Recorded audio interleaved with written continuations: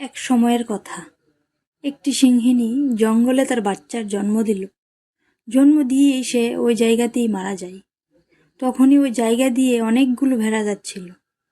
ওই সিংহের বাচ্চা যে এইমাত্র পৃথিবীতে এসেছিল, সে ভেড়াদের সাথে চলে গেল।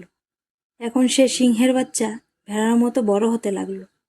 ও ভেড়ার বাচ্চার সাথে থাকতে থাকতে নিজেকে ভেড়ার মতো ভাবতে লাগলো।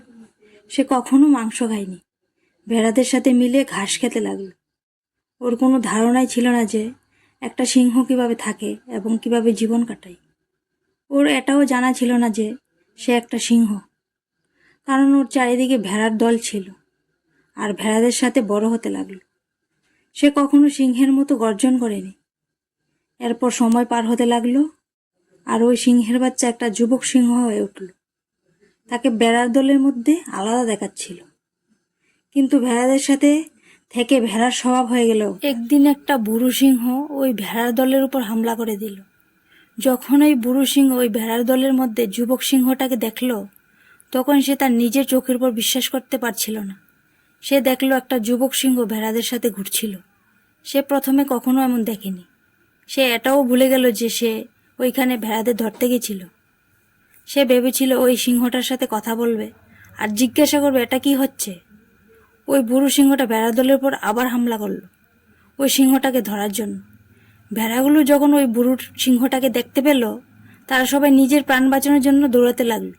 আর ওই ভেড়াদের সাথে সেই সিংহটাও নিজের প্রাণ বাঁচাতে লাগলো। পরে বুড়ো সিংহটা যুবক সিংহটাকে ধরে ফেললো। বুড়ো সিংহটা যুবক সিংহটাকে বলল, আরে গাধা, তুই আমাকে দেখে দৌড়ালি কেন? যুবক সিংহটা কেঁদে বলল, দয়া করে আমাকে ছেড়ে দাও, আমি একটা সাধারণ ভেড়া, আমাকে যেতে দাও। সে বুড়ো সিংহটাকে দেখে ভেড়ার মতো ভয়ে কাঁপতে লাগলো। বুড়ো সিংহটা এটা শুনে আচানক হয়ে গেল আর সে বুঝে গেল এখানে কি হচ্ছিল। ওই বুড়ো সিংহটা যুবক সিংহটাকে নিয়ে নদীর কাছে চলে গেল। যুবক সিংহটা ওখান থেকে পালিয়ে যাওয়ার চেষ্টা করছিল, কিন্তু বুড়ো সিংহটা তাকে নদীর দিকে ঠেলে দিয়ে বলল, নিজেকে জলের মধ্যে দেখো। নদীর জল পুরো স্থির ছিল।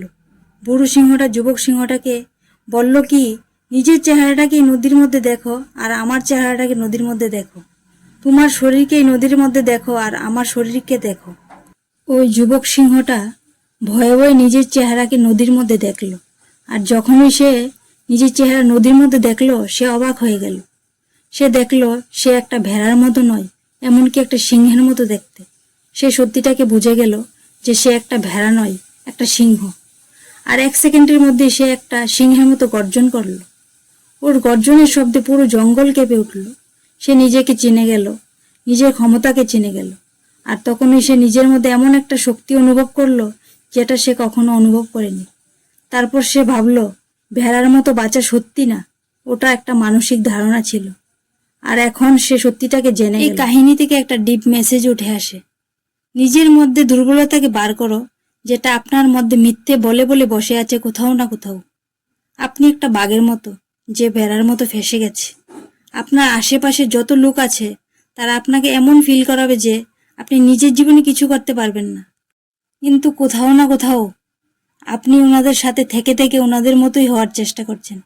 আপনাকে এই ভিড়ের থেকে আলাদা হতে হবে আর আপনার পোটেনশিয়াল, আপনার পাওয়ার, আপনার এবিলিটিকে চিনতে হবে। আর যেদিন আপনি ওই আপনার পাওয়ার, এবিলিটিকে চিনে নেবেন ওই বাঘের মতো, তখন আপনাকে সফলতা কেউ আটকাতে পারবেন। কেউ আপনাকে আপনার সফলতার পথে বাধা দিতে পারবে না।